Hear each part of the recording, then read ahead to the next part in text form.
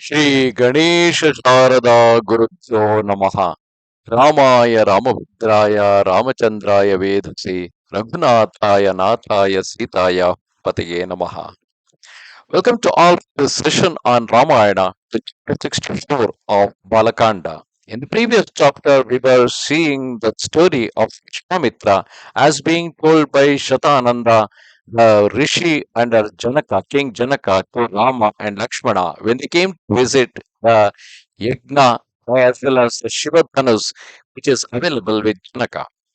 And in the story, Shivananda went on narrating about how well Vishwamitra has found the great penance after his defeat at the hands of Vasishtha because of his Brahmanical power. And he wanted to achieve that Brahmanism moving from his Kshatriya Varna. He wanted to accomplish the Brahmana Varna. And it shows the great journey of change in the mentality, change in the mindset, how Vishwamitra struggled himself to bring his senses under control to the same. And in the meantime, Indra was scared of all the penance by Vishwamitra and is trying to put many obstacles in his path.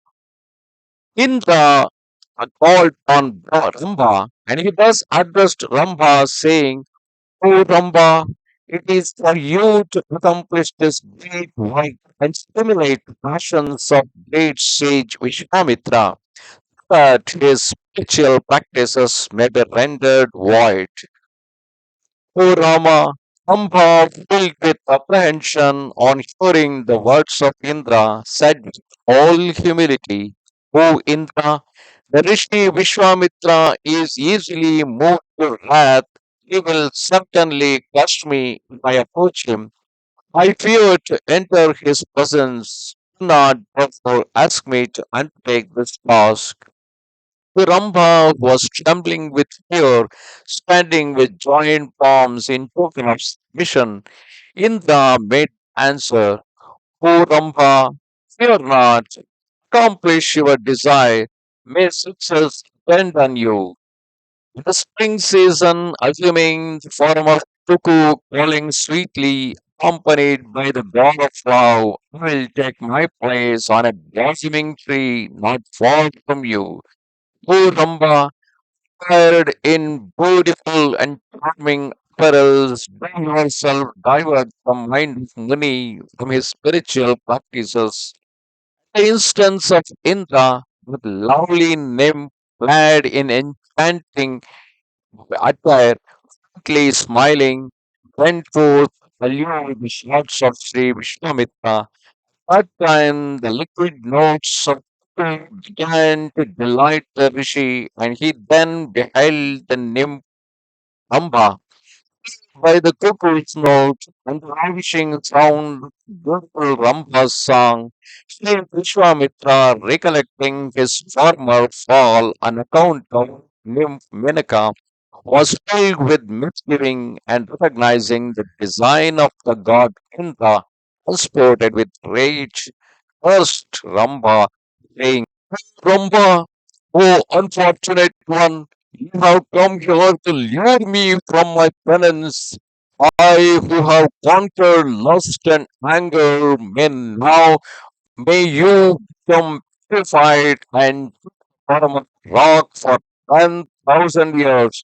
A Brahmin perfected in the power of yoga shall one day deliver you from this curse."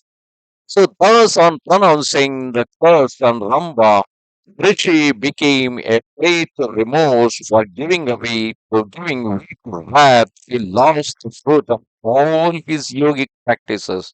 No doubt Ramba was turned into stone, but in the meantime, Vishwamitra also lost many much of his yogic abilities.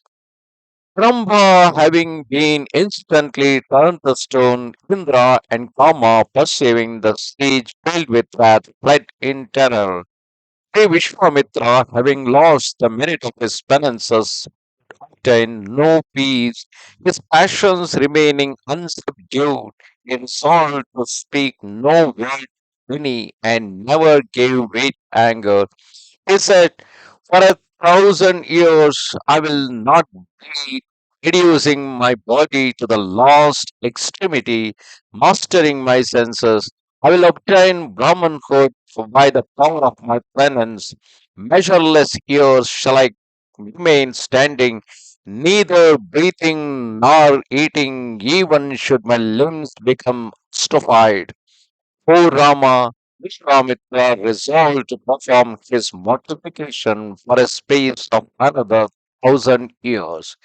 Thus ended chapter 64 of Bala Kanda in Ramayana, in which we see another obstacle to Vishwamitra's penance. This time it came in the form of Rambha, who tried to lure him. Of course, Vishwamitra, out of rage, he cursed her to become stone, but then repented that he gave himself into that anger and lost its yogic capabilities. And continued to perform his penance for another 1,000 years without even doing the anything.